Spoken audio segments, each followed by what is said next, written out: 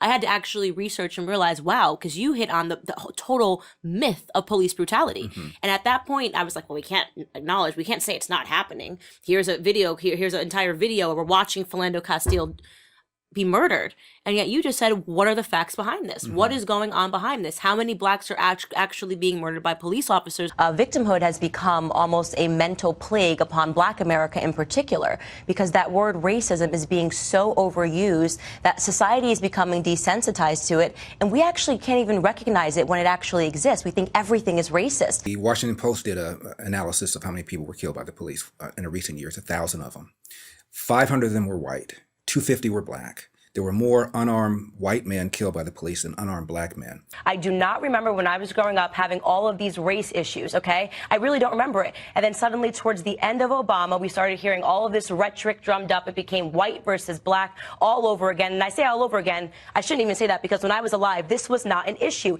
One of the things I was really interested in is just the detrimental effects of these sorts of lies, where people don't realize that the people that it negatively impacts the most is always the community that they're trying to help, right? So you create this entire narrative, and what happens? Black people start raising up. We start burning down our own neighborhoods.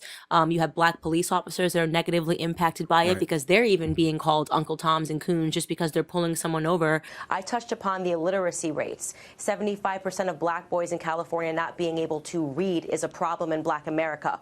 White nationalism, when black on black crime, 90.1% of all homicides against black Americans are performed by other black Americans. There were about 16 unarmed black men killed last year by the police. And you can probably name the unarmed black men that have been killed in recent years, whether it's Eric Gardner or Freddie Gray. I said there were more unarmed white men killed by the police than unarmed black men.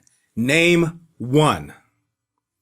Room was silent for almost 20 seconds. Can you insult a black person? Can you insult a black person without being a racist? That's just a question I think the minute that he went with lazy, he was using... Why are you saying black people are lazy? No, but that's why does the word racist lazy trope. make you think that is a about... common racist No, it is trope. not.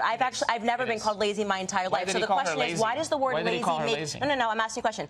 I asked you a question. You said that lazy makes you think of black people. That's what you're saying. That is a common racist trope. So that's within you, not within him. That is not a common racist trope towards black people. And when you talk to cops, Candace, they will tell you they are more hesitant to pull the trigger on a black suspect than a white suspect. And this has been documented. There's an economist named Roland Fryer. He's at Harvard. And he did a study on whether or not the police were using deadly force against black people disproportionately. And he assumed he was going to find out that they were. He was shocked. Wow. He found out the police were more hesitant to pull the trigger on a black person than on a white person. To CNN, to the New York Times, to MSNBC and their anchors, to every single one of you race hustlers who have extorted black pain to line your own pockets, who have blindfolded the black youth against seeing the opportunities that lay beneath their feet here in America, I say this to you: there will be a Blexit.